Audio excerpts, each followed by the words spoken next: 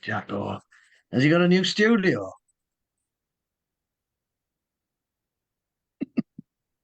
I will get that right one day. Good There he evening. is. Hello, good evening. Evening. Welcome to the 12-man podcast. Stop saying evening. Are we doing all right? All Yeah, good, all good. mate. Good, good. Yes, welcome to the Yeah, 12-man podcast. What? are you okay? Because just before you were introducing us, you were rocking your head there, added some music, or you had some water in your ear, and I wasn't sure which. A bit of both. Get myself in the groove for tomorrow. That place is going to be bouncing tomorrow. Can't wait. Pants in his pants. He's too excited. I'm way too excited. Way too excited. It is. Yes, it's going to be fantastic. It's going to be a great night. I can't wait. Yes, welcome to the 12-man podcast. Live, if you're listening to us or watching us now, on Facebook. Wave Puppets. There we go. Hello. There you go. If you're listening at 4 a.m. on your Spotify or whatever you want to listen to us, we're not live. I don't sit here live waiting for you to listen. But thank you for listening. Yes, we're going to talk. Well, I'm Steve Jackson. Firstly, I better introduce myself. I'm the main man in the chair. Obviously, John Donovan with me. Evening, JD. Hello, boys. You all right? Yeah, we're doing good. We're doing good. And special guest, entrepreneur, artist, legend. Mr. Graham Banderas with us. Evening, Bandy. Too kind, Jacko. Evening, pal. Evening, John. You all right?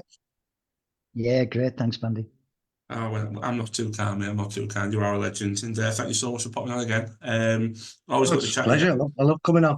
Brilliant. We love having you on. So obviously I'll catch you every other game. So it's good to have a chat and have a sit down and we'll talk about what we're going to talk about. We're going to talk about Villa. We're going to talk about transfer news, and we're going to talk about a certain semi-final tomorrow night, which I'm really excited about. But before I do that, I'll let our final guy in. He's just going to join us really quickly. He's taking his time, so I'll introduce him in a minute. Facebook will know what's coming on. But yeah, we're going to talk Chelsea. Finally, get to preview the Chelsea game. I've been looking forward to doing this for weeks. So yeah, very much looking forward to that. Here he is. Man number 4, Jamie Delgado. Evening, Telly. No, boys, all right. Hey, what's up, mate? Hi, Jamie. All good, mate. Yeah, sorry, a bit of a tech issue there. My apologies. No tech issue here, mate. But yes, you haven't missed anything, so don't worry about it. It's all good. JJ, I'll start with you because we'll start with a bit of a sad note. Obviously, before the game on Saturday, we found out we lost Keith Lamb, the man that everybody knows for the fax machine, the man behind all the signings that we made, Steve Gibson's right-hand man for many years before Bowser came in. Just reflect on his time at the Borough if you can. Well, he was obviously pivotal, being the chief exec. He had a pivotal position, and he was responsible for, shall we say, the Riverside Revolution, to call it that.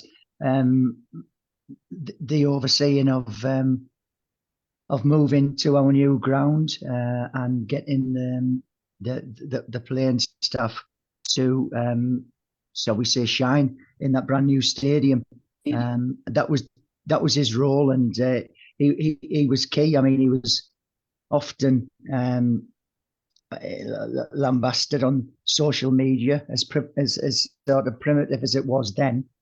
He was still getting pelters for not doing things that fans thought he should have been doing. But to be honest, Gibbo trusted him, and he delivered by and large. So yeah, he was a central figure in, shall we say, the rapid rise of the club, from Ayson Park to the Riverside. There's a song there somewhere. And I thought you were going to start singing to me there. But no, you're absolutely right. He was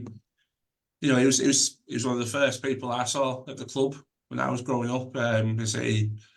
As you rightly said there, he brought in some fantastic players. Ravanelli, Janino, brought in that revolution of the Riverside era, and yeah, he was it was sad news when it came out on just before the weekend. I thought pretty sad one, and he was remembered quite well by the club as well. So yeah, massive loss for the club. Well, yeah, massive loss for the club, massive loss for the community. There's some funny stories going about social media as well. I think Jeff Stelling told one. Is it about the jacket?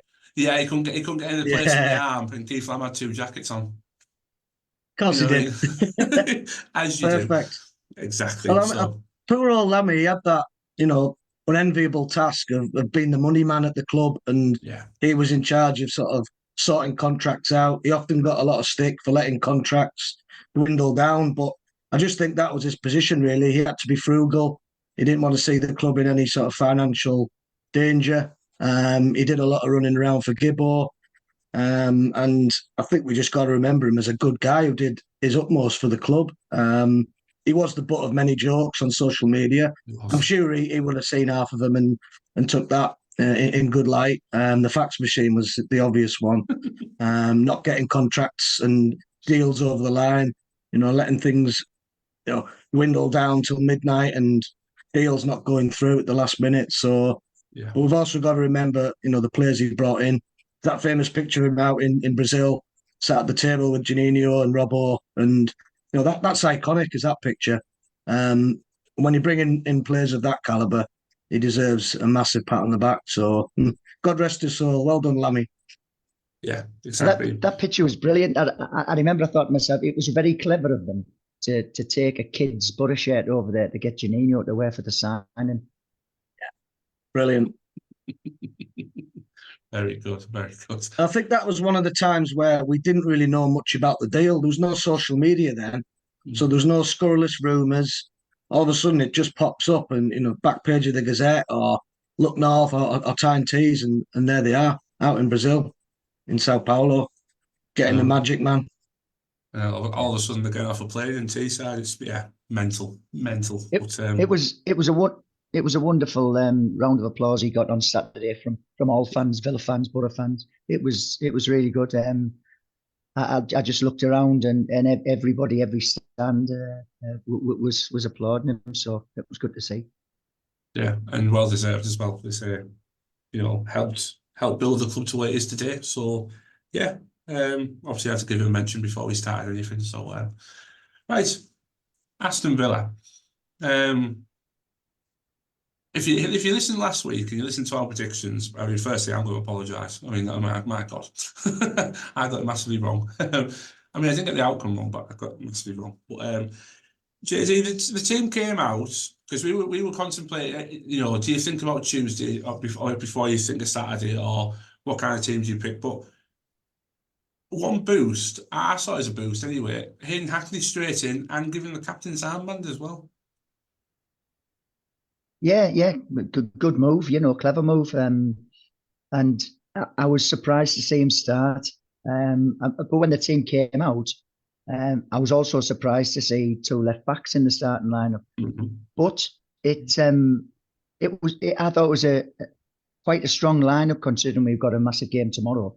I thought it was quite a strong lineup, and I was quite pleased. I was sat having a pint in Christie's in town when the team come out. So yeah, I was sat there and we were just discussing, what you're going to do with the two left backs that he's picked, and we were just trying to work out the formation. But we were quite pleased with it by and large. Absolutely. I mean, I'll just put a disclosure out there straight away. There are other of ours available in Middlesbrough. Just want to say that straight away. Bandy, what do you think of the team when it came out? I was surprised because he's normally quite rigid with his 4-2-3-1. But I just think he looked at Villa and thought they just got too much going forward, so he needed to shore it up, get an extra couple of midfielders in there, and use the wing backs as extra midfielders, really. But like you're saying, that left-hand side was particularly strong. Engel's got this beautiful knack of being able to play balls to feet quite quickly and sharply, and Bangura was onto them straight away. So he led a merry dance down that left side. He was great, and there was a beautiful balance on the right with Jones, who got forward as well, and he had adequate cover, with Van der Berg. So I think that system worked well, and it wouldn't surprise me if he goes with that again.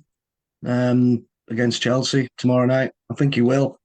His Mm. comments after the game were very, very positive, and I think the players actually surprised him as well. It was, I wouldn't say it was a negative formation, but it was just, you know, a lot of supporters were going into that game quite worried really what Villa were going to do to us, and they stood up tall. I thought they were terrific. Probably one of the best displays I've seen this season, and I'd pair that with maybe Leicester at home in terms of just when the opposition had the ball, we were just plugging them little gaps, so they weren't able to penetrate in between the lines.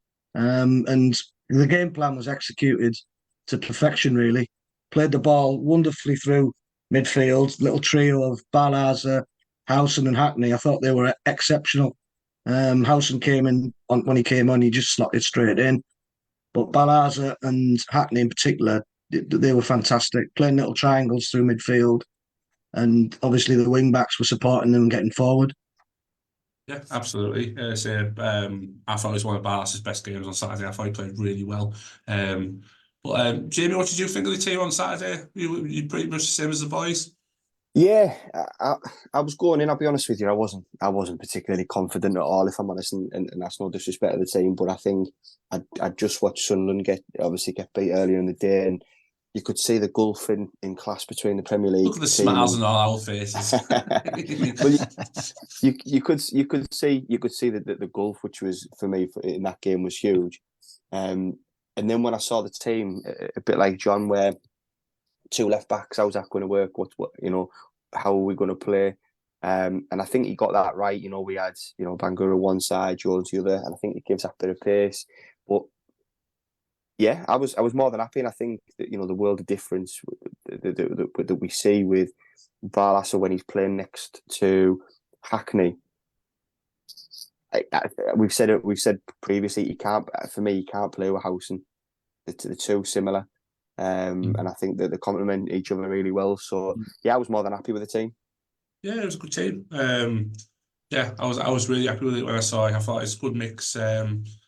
I think we recognise the dangers they've got on their right as well. Leon Bailey's such a good player, and even when he's not on the pitch, they can swap him out for Moussa Diaby, which is it's scary, the options they had, which we saw in the second half. But I mean, highlights wise, it wasn't a great deal. I didn't feel that first half we were tested a great deal. They passed around us and they passed like along the box quite a lot, but I don't feel like they got in too much. I thought it was always a bit, they were missing the last bit of the jigsaw. The last pass was missing, and I thought first half we dealt with them quite well. And obviously it took us a little bit of time to get into the game, and then until obviously Rodgers tested Martinez. But I mean, correct me if I'm wrong, lads, but I thought first half we were quite comfortable. Yeah, it was very much like the Leicester game, where we let them have the ball, but not in dangerous areas. As soon as they got to a certain point, we closed them down. Yeah, I wasn't sort of biting my nails or worried extensively in the first half. I thought it was fairly even. Yeah, I thought we contained them, and I was hopeful second half. That we could have gone on to sort of to maybe even win the game ourselves. Yeah, it was okay. First half was good. Yeah, definitely. Bandy, what were you going to say? Yeah, I think John's touched on it mainly. The thing for me was the focus and the concentration, and they were just determined not to lose that game. Whether or not it would have gone to a replay, who knows whether that would have been a good thing for us in terms of playing another game. But in the end, I don't think too many people were too bothered by the actual defeat. Does that make sense? In a perverse kind of way, the last thing we need at the moment is another game against high caliber opposition with a very, very threadbare squad. So it was just good that we're on TV. A lot of people were watching it. The crowd was half decent in the end. Villa brought good numbers, so it made for quite a spectacular occasion, really. I loved it. I really enjoyed it. It's them sort of knife-edge games which I quite like, where we were still in the game on 86 minutes before they scored, and we could have equalised as well, just not long after they scored. So it was a really, really good game, and one which that'll live long in the memory for a lot of reasons. Yeah, definitely. Like I say, you come away from a defeat, and you were quite pleased with the performance, because like Dali, like you said, Graham, that there was a lot of fans, shall we say, anticipating a pretty easy result for Aston Villa and a pretty embarrassing one for us. But that it didn't turn out that way. Yeah, I was pleased with the performance. I would have liked for us to have won. Obviously, the last thing I wanted was a replay. But a 1-0 defeat from a deflected goal 3 minutes from the end, you know, you'll walk away and look at our performance and you'll think, well, yeah, okay, we done well. I mean, they're flying. I know they had 2 or 3 players missing, but they're flying in the Premier League. So you could see the panic from. You could see the panic from Emery towards the end, where he brought 4 big guns on, and obviously it worked for him. It did turn the game, but it didn't look like they were going to get that until they came on, and then they just sort of turned the screw the last few minutes. But you know, we could leave with our heads held high. I thought we were tremendous, and if we can take that attitude, we can take loads of organisation into Chelsea game, then we've got a hell of a chance to take a good result back to Stamford Bridge. I really believe that. I don't think we're going into that game as serious underdogs. Seen some comments today from Pochettino, and he's lauding us up. So there is a sense of worry from the Chelsea camp, because you know they're not firing this season at all. I don't think he knows his best team at the moment. So be a bit brave of me to say they're there for the taking. But if you want to play Chelsea, you're better off playing them this season as opposed to any of the others in the future. Yeah, definitely. I think that with the game, again, I didn't go in very confident at all.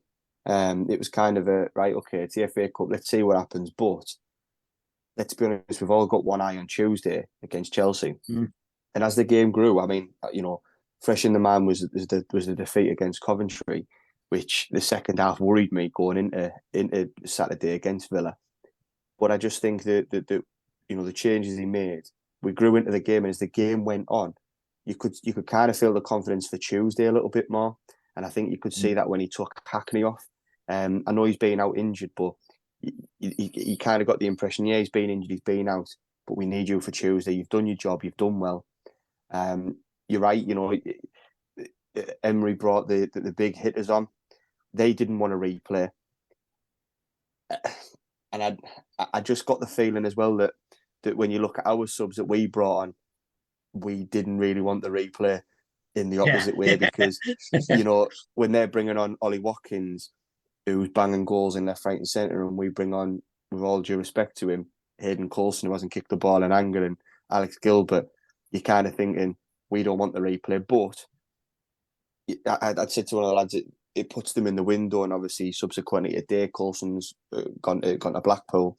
But it does give you that edge of confidence, because I know, Steve, we spoke previously about, and you were saying how you fancy, you know, with us playing Chelsea the way they played at Wolves. I haven't really watched them that much this year, if I'm honest with you. I haven't watched much Premier League, but you know, we've just gone up against a team who were in the top 4 in the Premier League at the minute, Aston Villa, who were flying, and it took them until the 86th, 87th minute to score a deflected goal. I think it's a good marker. It's a better marker going into Tuesday than that Coventry game. Me putting the 2 up there, by the way, it was their second in the league. Second, yeah, there you go. Not 2 minutes, it was our second in the league. But yeah, I thought we put ourselves up very well against a very, very good Villa team, who I have said before the game, I think they'll win the cup this year. But yeah, I thought we did all right. But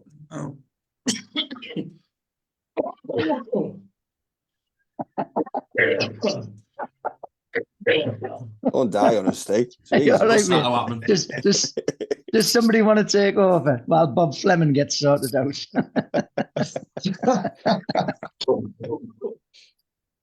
It's a COVID den in that studio. I'll tell you what. Put your scarf around your mush tomorrow. Well, yeah, sorry if I happened Go on, it just, go on, it just, carry on. yeah, it just seems so sort of inopportune for you to start to speak, and then Brilliant. The only time I'm ever on camera and that I swear to God. Never mind, eh? yeah, brilliant. Right. Okay. Anyway, what were you saying? I want to talk about the goal because I didn't know how I'd feel when the goal went in because I knew it was coming, but I didn't know how it'd feel. And I was absolutely gutted when the goal went in. I really was. But that's a cruel way to go out the cup, I suppose. But Yeah, it was. yeah, It basically, how was did you because, feel about it? well, yeah, it was because we'd fought so hard. We worked hard to sort of keep them out first half. We drawed our luck a little bit with them hitting the post just before they scored. Glover made some outstanding saves, and it just, after all that effort, it just seemed cruel. So Yeah. I'll go back to what I said.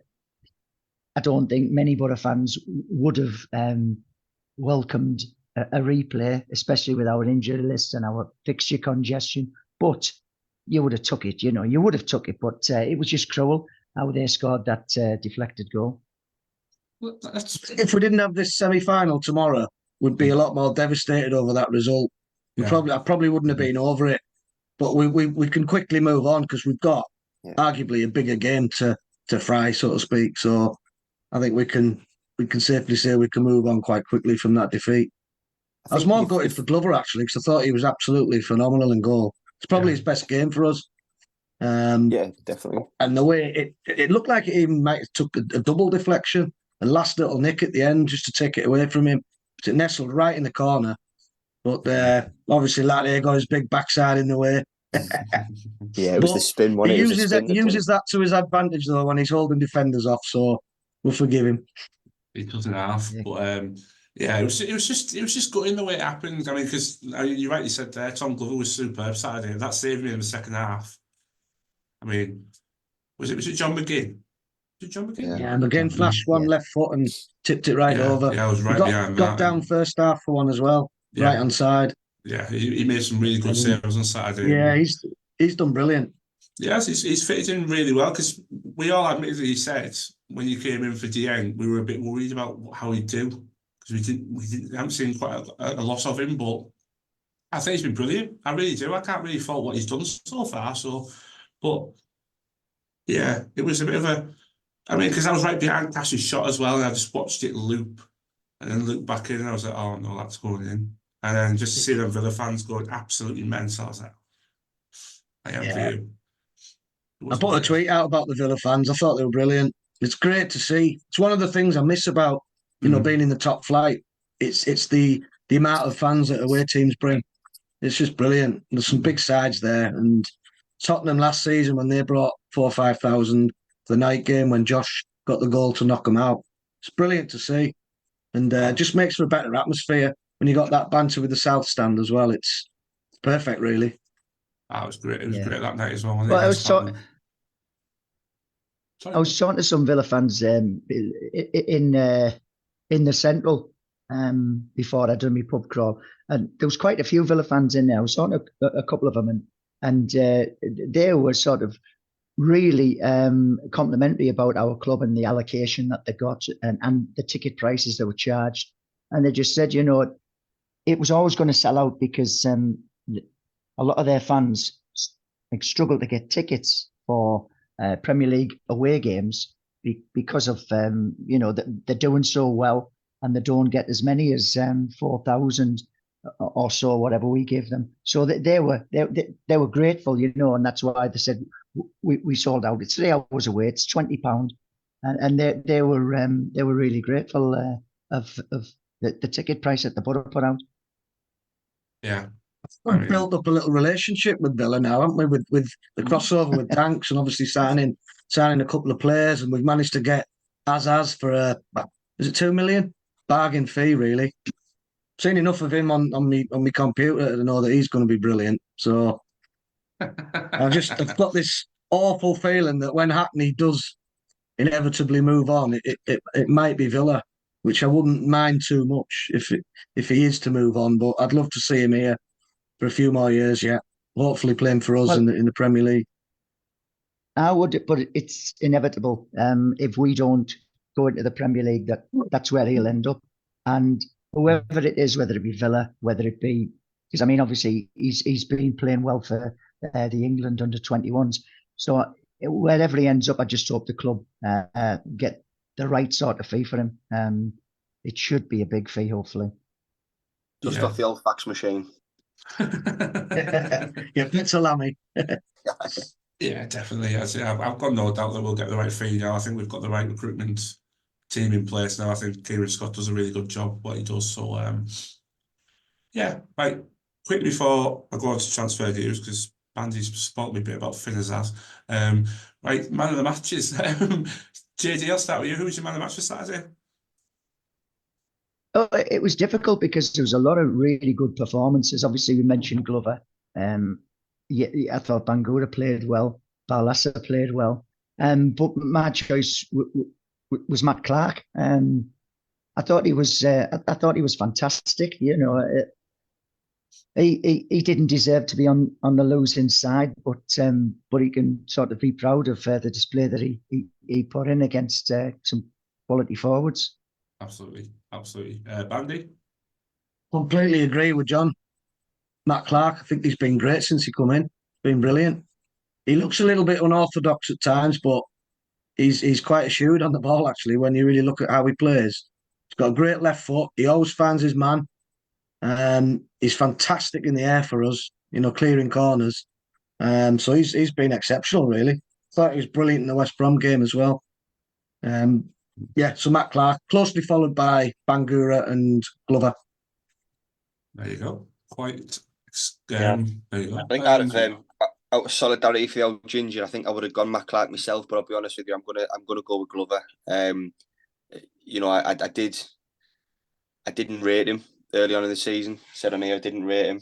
And with Dieng going obviously off to African Cup of Nations, is Dieng injured or has he seen his number one spots possibly, being competed for because Glover's turned into prime Mark Crosley. I'm going to have to go Glover. I thought some fantastic saves, really cruel on the goal. The spin's done him, but from the deflection. But no, I was more than impressed with him. Yeah, I mean, I was massively impressed with Matt Clark. I really was. I'll even it up and I'll say Tom Glover as well because I thought Glover was superb Saturday. I thought he commanded his box really well as well. He wasn't nervous. I mean, I was a bit nervous when they were closing us down, but he didn't look like he was flapping or he was like a bit unsure about what he was about to do, and he still got rid of the ball quite well, and there wasn't mistakes in there. So yeah, I thought Tom Glover was superb Saturday. So I can't really disagree with that. So right.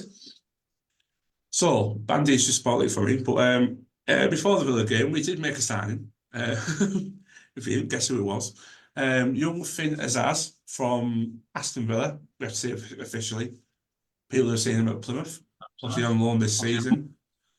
Scored an absolute cracker against us as well. If people weren't down on the south coast earlier in the season, I was because as soon as he hit it, I went that's in. It was just absolutely arrowed. It was beautiful, brilliant goal. And he scored another one. Was it last weekend? He scored another one against Push and volley. Yeah, Just phenomenal goal. Yeah, against Watford. So go on then, Bandy, since you've watched him on your computer, tell us all about Finn Azaz. Well, he just looks like that sort of. Here's a good word for you: quintessential. You having that? Whoa, yeah, I'm not in that life. And a quintessential sort of left winger who likes to drift in on his right foot and clip shots into the top corner. If he can do 5 or 6 of them for us, we're in business. He just looks like he's a natural talent. Can use both feet, not afraid to get a shot off. That's one of the criticisms I probably would have with our midfielders. There was a couple of times, maybe the other night, Barlaza found himself in a good position, 20, 25 yards out. Have a go, try and test the keeper.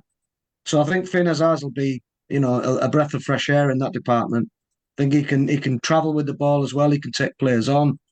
just looks like he enjoys playing and he wants the ball all the time. So I could probably see him playing possibly left side, coming in on his right, or maybe as a 10. You just never know. But we need to have a look at him over a few games to see where we can, settle him in best. Absolutely. And by the way, how can you say quintessential and struggle to say criticism? I mean, you know what I mean? I mean, that's some talent you've got there, mate. But He's no, you're absolutely also right. aesthetically pleasing. There's one for you. Wow, yeah. How many You've letters? been listening to Simon Jordan, haven't you? I do actually, but I don't understand what he says. No one Bandy, does. that's repetition. You've used that before. Oh, there you go. Richard Whiteley in the corner's told you can't use that word again.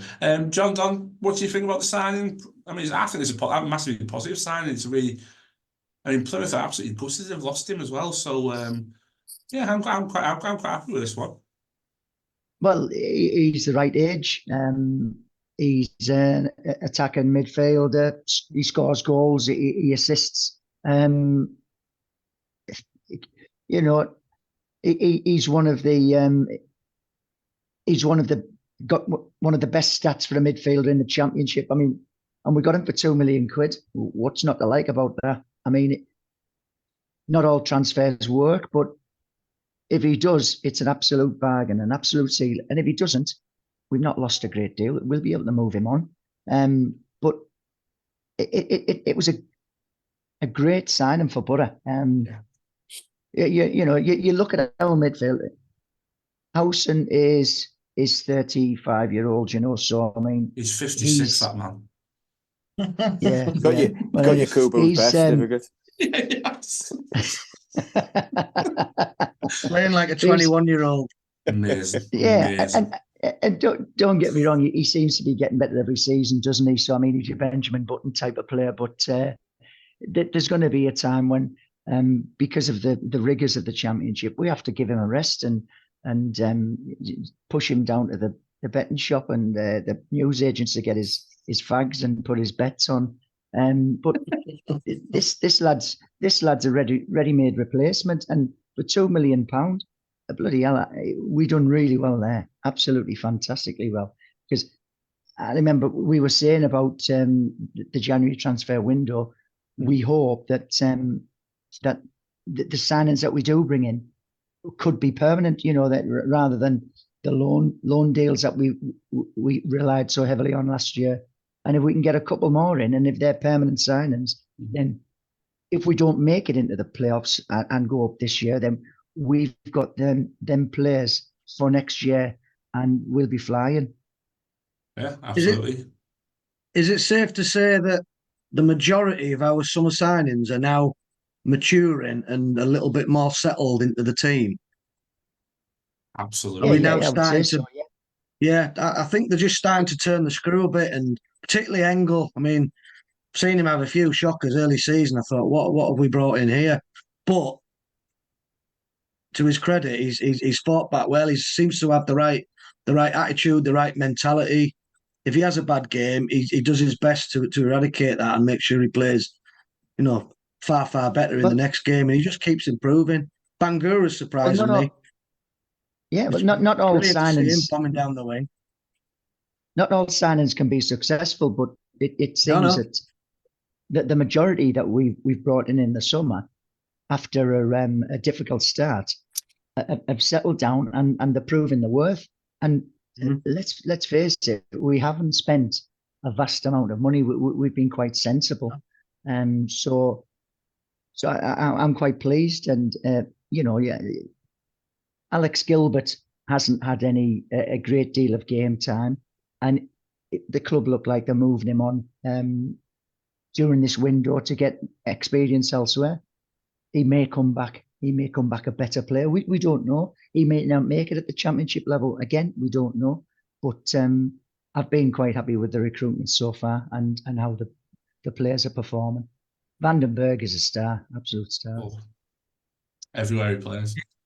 He'll go to the very top. Yeah. I'm pretty certain. Oh God, yeah, he looks a 1 in a million signing. Vandenberg, he looks absolutely superb. He's the pick of the summer signings for me. I know I said earlier in the season I thought Dieng was our star signing, and he's been brilliant, but Van den Berg he looks like a Rolls Royce at 19. It's absolutely ridiculous. He looks so good.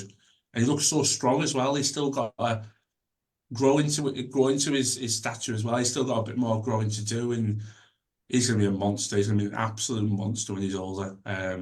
Hopefully I still think very, he very could well. play anywhere. Yeah. I think you could put him in midfield in time, a bit like what John Stones does. He just slots into different positions. So comfortable on the ball. He's so aware of who's around him and who's making what run, so he can just lay the ball up nicely for them. Yeah. Brilliant player. So good to watch. Oh, absolutely. Very I mean, elegant. I couldn't, yeah, Well, legend is a good word. for 19, he's a future captain, whether it's at Borough or elsewhere. Because the first game I saw him, first competitive game I saw him was against Bradford in the Carabao Cup, one of the early rounds, and he was marshalling the defence. His eyes were everywhere, scanning, looking for opposition moves to try and thwart them. He's a very intelligent player for 19-year-old. Oh, really, really intelligent. He's Class. yeah, he could be world class. That boy, he really could be. You could see him striding out at the San Siro or somewhere with ease. There's a bit of Woodgate about him. He's just comfortable on the ball, and when Woodgate was in his peak and he moved to Madrid, and he's just got that maturity for a young kid. I think he's fantastic. Yeah. I mean, Woodgate doesn't like talking about Madrid, but we'll leave that one there. But you're absolutely right. He's been brilliant. He's one of my picks for the season so far. Superb player. But Danny, I'll quickly come to you because you put the other one out there as well. Hayden Coulson, he's moved over to Blackpool for the rest of the season. Are you going to miss him?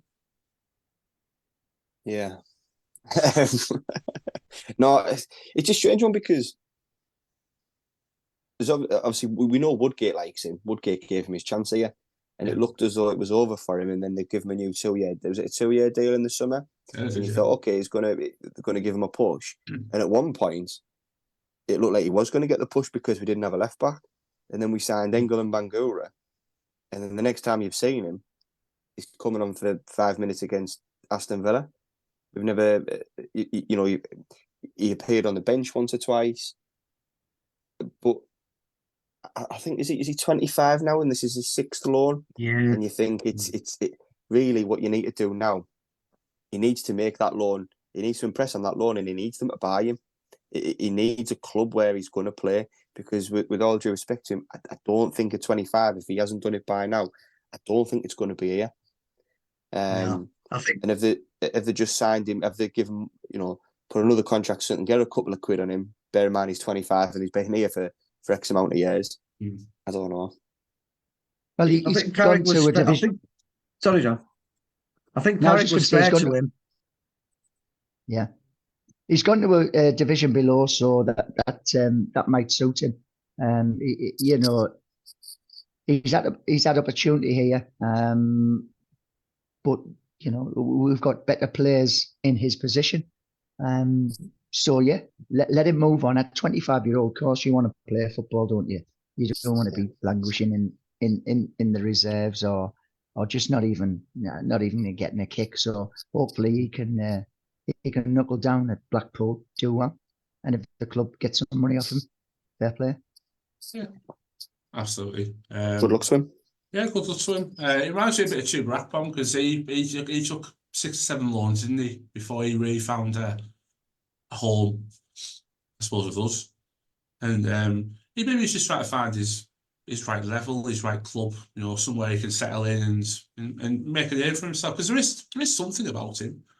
Because when he first came into the Borough squad, I thought he was all right. So, yeah, good luck to him. I know he does really well at Blackpool. I know Blackpool are on a bit of a push towards the playoffs in League One. So, hopefully that'll give him a bit of experience as well. He's probably a better winger than he is a defender, I think. Yeah. I think Carrick's been fair to him this season, to be honest. He did give him a run, but he was at fault for a lot of our goals. A lot of the goals that we conceded were coming from crosses on his side, and he was just nowhere near his man. He wasn't getting out quick enough, which was a big problem at the start of the season. And then he's gradually sort of phased Engel in. Now he's starting to phase Bangura in. So I think the two latter players have overtook Coulson by miles. So he's made that decision, been quite ruthless and moved him on. But yeah, good luck to him. I think Blackpool might actually be a good fit, and I hope he does really well.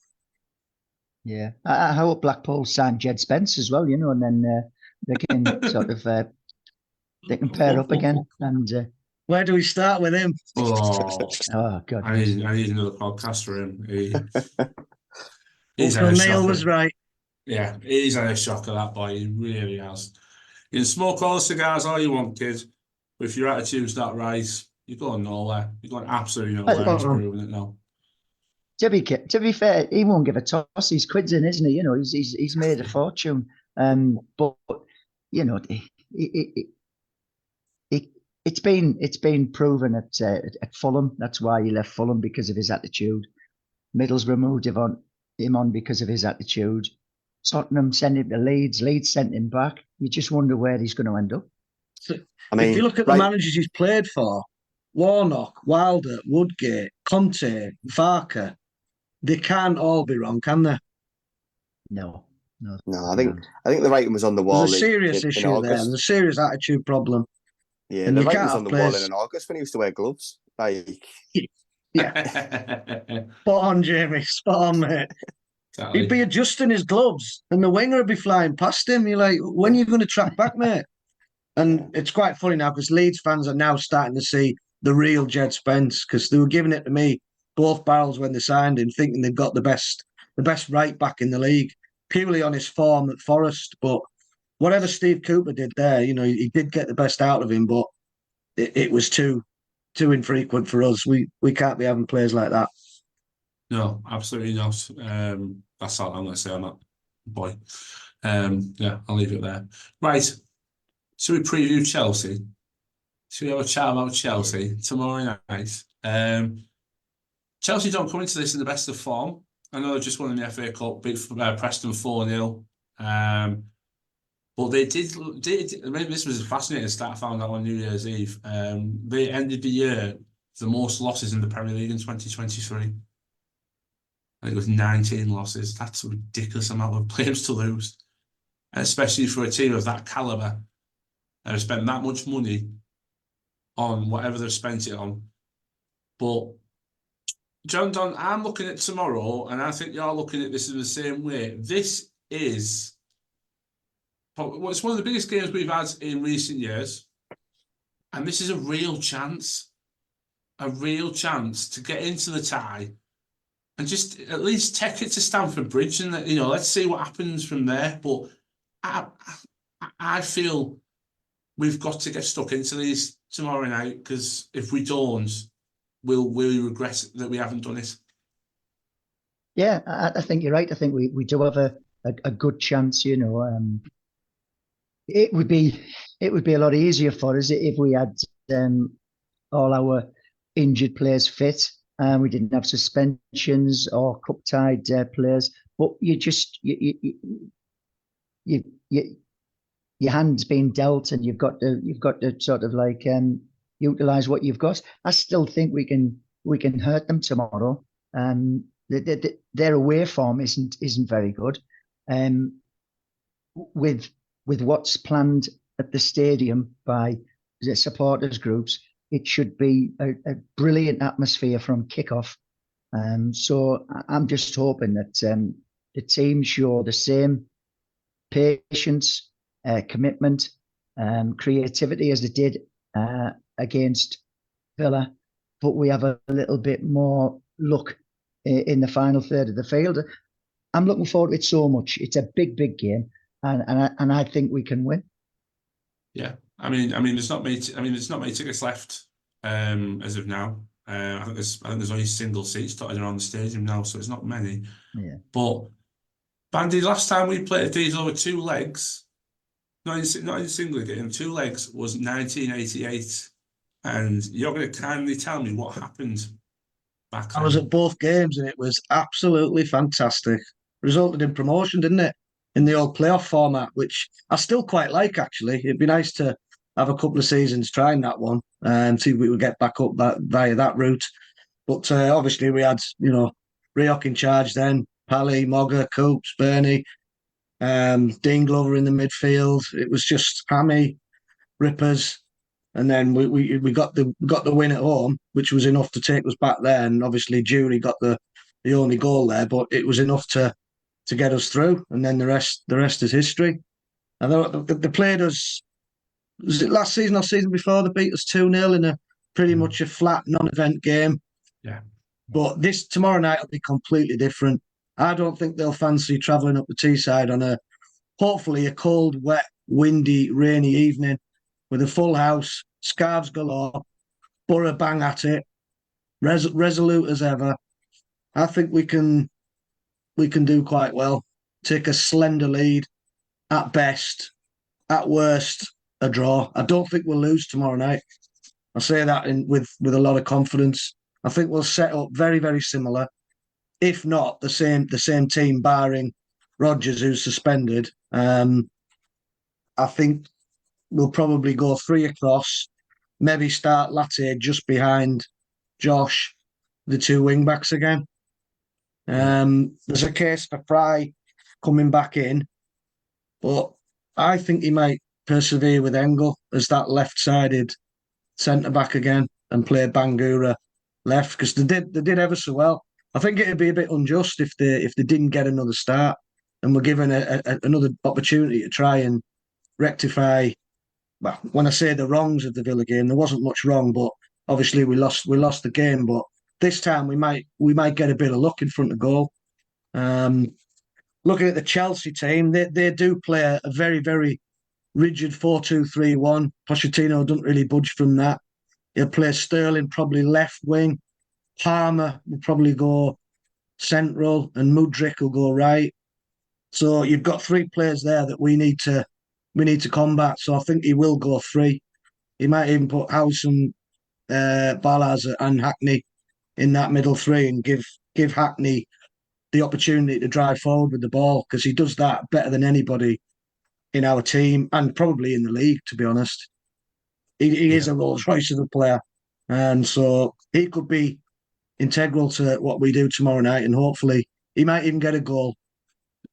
I mean, fingers crossed. I mean, I'll have everything crossed tomorrow. It's going to be so nervy to watch, but I can't wait to be involved in it. I can't wait to be part of that North Stand tomorrow night. But I mean, you alluded to it earlier, Dally.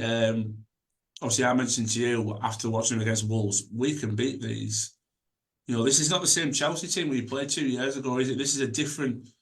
I know there's bigger stars potentially now than they had. Obviously, money-wise and profile-wise, obviously Enzo Fernandez, just to pull one out of the hat. But this is a real opportunity, isn't it? I think it is. I think, you know, you can put the money and everything to one side, and the leagues that were apart.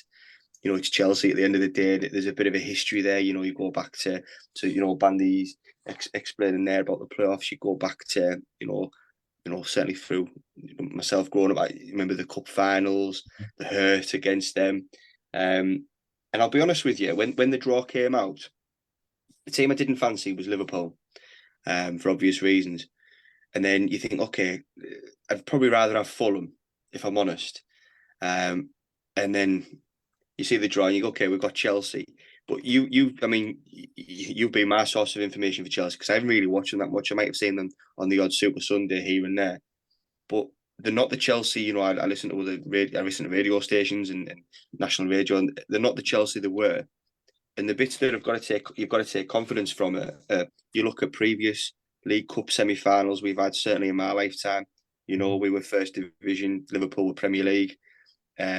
You know, we had Paul Merson in the team. We managed to do them over 2 legs. You look at even when we were in the Premier League, we beat the Invincibles. We beat them twice. You know, who says it can't happen again? And I think, you know, it'll be rocking in there tomorrow. I think the atmosphere, you know, you've got the Red Faction doing their thing. I think it's fantastic. You know, that you know, we've put out about the scarves, and it's been well received by everyone. You know, I saw it just before I come on. You know, 527 odd shares. The club are putting it out. You know, if you haven't got a scarf, get your mum's bed sheet out or something and dye it red. Do what you need to. I think it'll be It'll be some atmosphere in there, and I think if we can take something out that first game to cling on to and go into the second game, then yeah, it'll be some night. We should, by all means, you know, we should, on paper we shouldn't get there, but it's the cup, isn't it? And there's no VAR. I know, that's the best part, is there's no VAR. I can't wait. John, we said scarves, not hats. I know, but scarves in the Still wash. looking good, John. Are you doing a bit of advertising? Is that a new hat that's now available? Oh yeah, of course. It's in red and white, and anyway, it's been on social media. People know about it. But yeah, I mean, it was when I can't remember what match it was, Dally, that you said we should encourage people to bring a scarf. And I dug out some old photographs of the Holgate on important matches. There looks fantastic, and I put it on social media, and yeah, it's absolutely sort of flown, you know. I'm really hoping that people buy into it. What I'd like to say is, like, I think what I'll put out later on Twitter, and what we should do is, as the players sort of enter the field of play, when they come out at the start of the game, Pig Bag will be booming around the stadium, and we should then, everybody who's brought the scarf, hold it up above their heads. You can still sing along to Pig Bag, for the players to come out into that stadium and see 3/4 of it in red and white scarves held up, and the South Stand, the display that the lads in there are doing. I just think it'll sort of like puff the chests, you know, like they'll take deep breaths, and that's what I'd like people to do. And then when it comes to the kickoff, if we just belt out with our scarves aloft again, we're the finest team in football the world has ever seen. If we can get all the ground singing that, it will be absolutely deafening and intimidating to the Chelsea players. And that's what I think we should do. So I'm hoping people get the message and people can join in.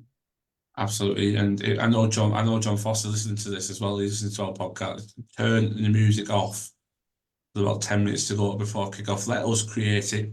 Let us create the atmosphere. It's our atmosphere to create. It's our atmosphere to intimidate them with. They're not going to fancy it. They're really not going to fancy this tomorrow.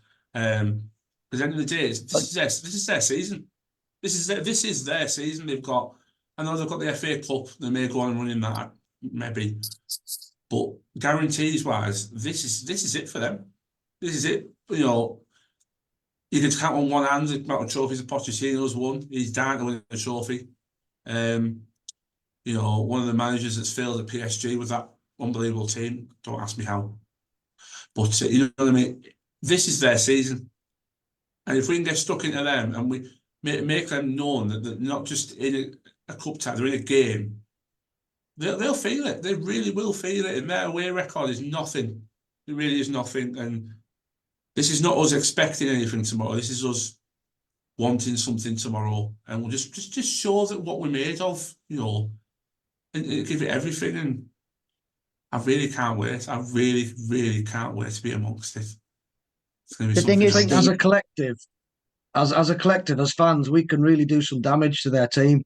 Because I just don't think Chelsea are a team at the moment. They're just a bunch of very, very talented individuals with a fantastic manager who is still searching for that formula.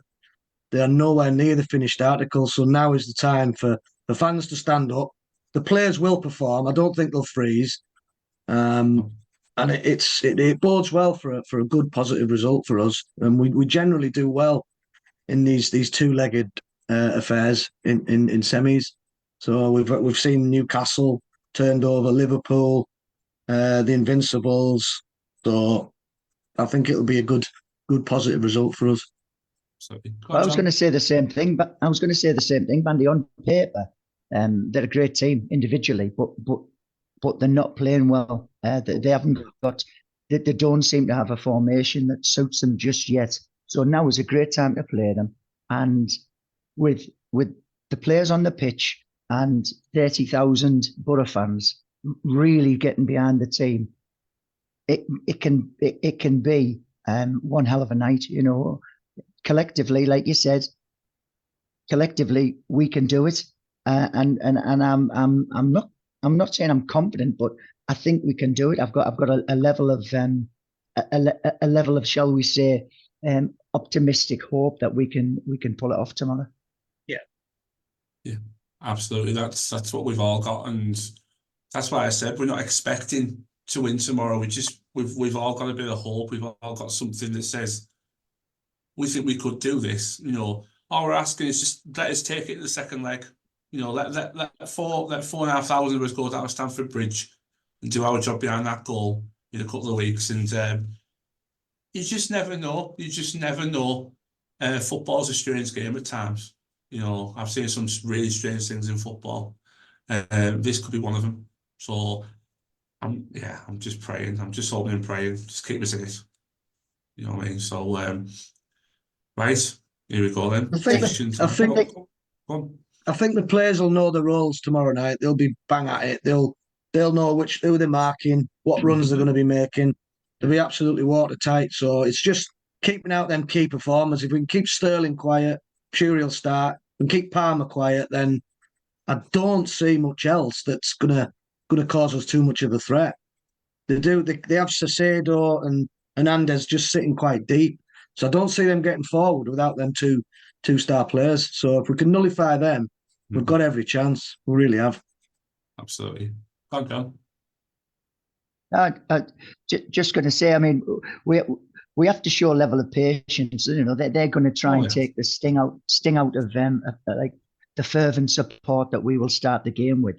We've just, as fans, got to have a level of patience and just keep behind the team. And should we go behind, or should something happen that sort of like it goes against us, then we don't lose our voices. We gain an extra voice. We shout louder. We continue. We back our players for the full 90 minutes and just see what we can achieve together. Exactly. It's Carrick's put it out there today. He's told the fans, we need you more than ever tomorrow night. We know there's going to be so many difficult situations we're going to find ourselves in tomorrow. And he's right, because as much as they're not in the greatest of form and not in the place they should be in the Premier League, they're still Chelsea. They've still got all the superstars. They've still got all the money they put into that squad, and World Cup winners and Champions League winners and whatever else you could throw at them. I just feel that tomorrow's got the smell of one of those cup nights, one of those special cup nights under the lights of the Riverside. And yeah, the pressure's not on us; it's on them. No. We're the banana skin. We've just signed Finn Azaz for £2.5 million, and Sterling's just put an extension on his house for $3 million. Do you know what I mean? These are the levels that we're on. So brilliant comparison, that, Jamie. Like that. Yeah, do you know what I mean? So we go in, we're the banana skin. They don't want egg on the face. Let's just go and enjoy it. There you go. As fans, we cannot underestimate our role to play tomorrow. We've got to give it our all. Exactly. It's a cup semi-final. You know what I mean? Well, if you can't get up for that, well, you can't get up for anything. Be the 12th man. Yeah. Exactly. All of us. Yeah. Harry and Marv are the 12th man. Look at that hat. Class. Love it. You remember when Moggy used to say that the whole gate end used to suck the ball over the line into the goal? That's what both stands need to do tomorrow. Yeah. Just give it everything and see what happens. Let the Red Faction and the South Stand do their job first half. We'll do the job second half, and we'll drag the boys over the line. Whatever the result may be, it's fine. Because we've done unbelievably well to get this far. So I'm so proud of them, and I can't wait to be amongst it tomorrow. So that being said, prediction time. Here we go. Dally, I'll start with you. 1 each. 1-1. Yeah, I didn't need to be mystic. I didn't need to be mystic, Meg, for that. No. I'll go 1-1, and I'll tell you it will score from, I don't know, Matt Clark. Header. Bang. Okay. He's due a goal, isn't he? Yeah. Yeah, he is. Bandy, I'll come to you, Bandy. I think I alluded to it before. I'm going 1-0 Borough. I'm going to say Hackney. I don't think he'll be captain tomorrow, though. I think it'll be Johnny. Yeah, Benjamin Button will be captain tomorrow. John Dunn. Well, Allah, 1988, I'm going 2-0 Borough.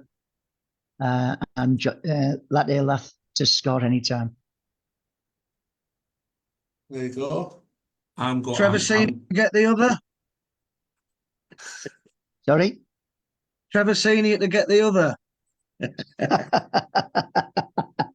He got the header, sorry, didn't he? Yeah, he did. Yeah.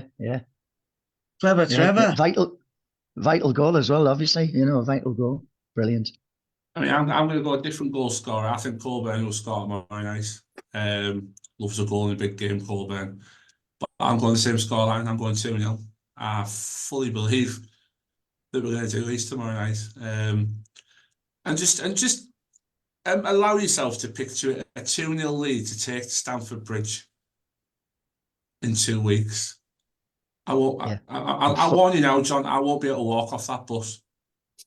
Yeah, and 4,500 Borough fans protecting that lead down there would be brilliant. It's going to be amazing. It's going to be absolutely amazing. I can't wait. There you go. Preview done. The talking's done. Nothing more needs to be said. It's go time tomorrow.